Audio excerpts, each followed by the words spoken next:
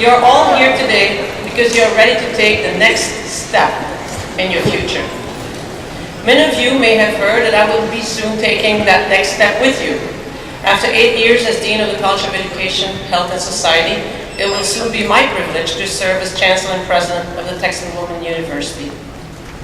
The word we hear most often from graduates upon leaving Miami is bittersweet.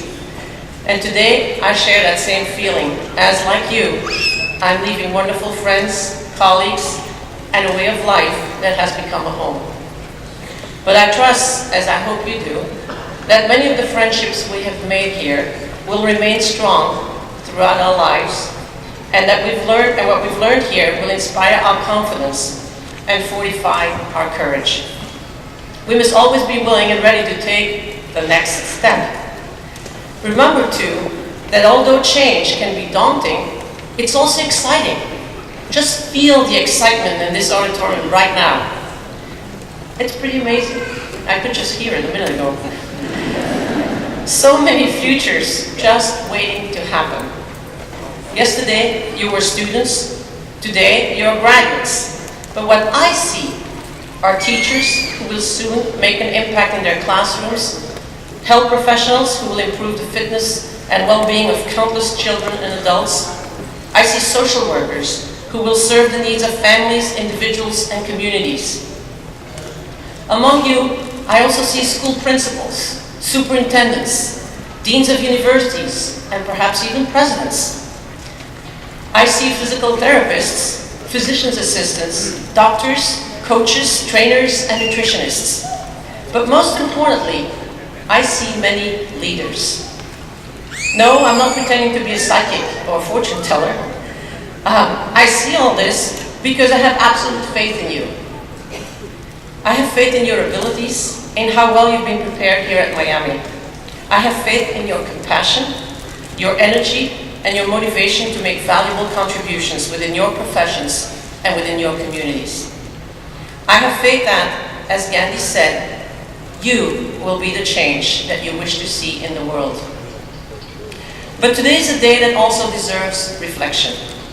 It's noteworthy that the time you were all assembled as the class of 2014 was probably at your convocation. And since then, you've traveled the paths of your majors and were often studying in different buildings, either McGuffey, Phillips Hall. And perhaps this has led you to feel that your majors have little to do with each other. After all, what does education have to do with health? What does health have to do with society? My answer is everything. How healthy is a society without the empowerment of education? How effective is education without the physical health and well-being of families, individuals, and a society as a whole? But let's take this idea out of the theory and into practice with one of your peers. As a member of the urban teaching cohort, middle childhood education major Anna Hartman lived and worked in Cincinnati's Over the Rhine community while student teaching at Rottenberg Preparatory Elementary Academy, where the majority of the students live in poverty. Anna soon noticed that many of the students in her 4th grade class were wheezing, that some used inhalers, and too many of them were out of breath after climbing the stairs. So Anna consulted with the school nurse and learned that indeed there was a high incidence of asthma at Rottenberg. So she did some research and discovered that studies indicate a direct correlation between poverty and asthma. Both mold and the presence of roaches are triggers for that condition. So Anna decided to take action. Under her leadership, a group of 9 and 10-year-olds in her class committed to continue the research. Her students studied complex medical articles to understand what asthma is and how that condition is related to poverty. The students decided that it wasn't fair that children in poverty should have a higher risk for asthma. So they asked what they could do to change this. Anna guided her 4th grade students to contact Cincinnati Children's Hospital.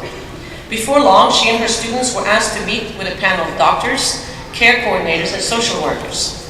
Her students literally led the meeting by saying, "Hey, we partners in this. we're working for the same goal.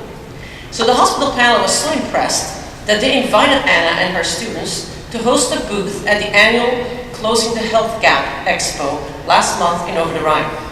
At the expo, Anna's students shared their knowledge and conducted a survey with hundreds of people within their own community. But that's not all they did. Under Anna's direction, her students investigated landlord responsibilities and lease agreements and made phone calls to housing agencies to ask if their policies were being enforced. Now remember, these are 9 and 10-year-olds. So here's a follow-up. One of Anna's students, Marcus, who's currently a 4th grader, has been asked to join the hospital's advisory panel on asthma. And Marcus will be paid for this work. So Anna wonders if he may become one day a doctor. Who knows? This is an involved story, I know. So here's the takeaway. A student teacher recognized a health issue, investigated the problem in the context of social justice, inspired children living in poverty to find their voice, in essence, to become social activists for their community. That is being the change that you want to see. Anna took the next step, and this story is testimony to the integration and synergy of education, health, and society. Anna, would you stand up so we can congratulate you?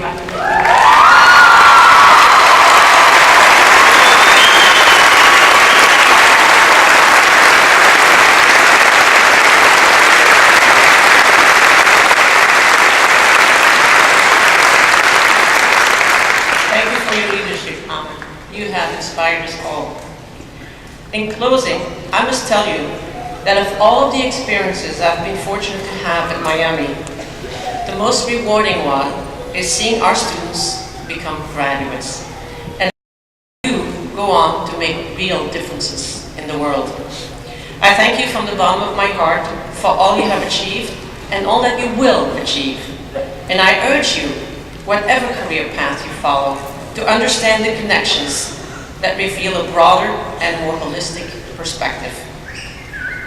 This is my vision for you, that you may learn to contribute to the joy, knowledge, and well-being of the world, and that by giving these gifts, the same joy and well-being will become your own. And finally, that you will never be afraid to take the next step. Your family, friends, and the faculty here are proud of you. I am proud of you.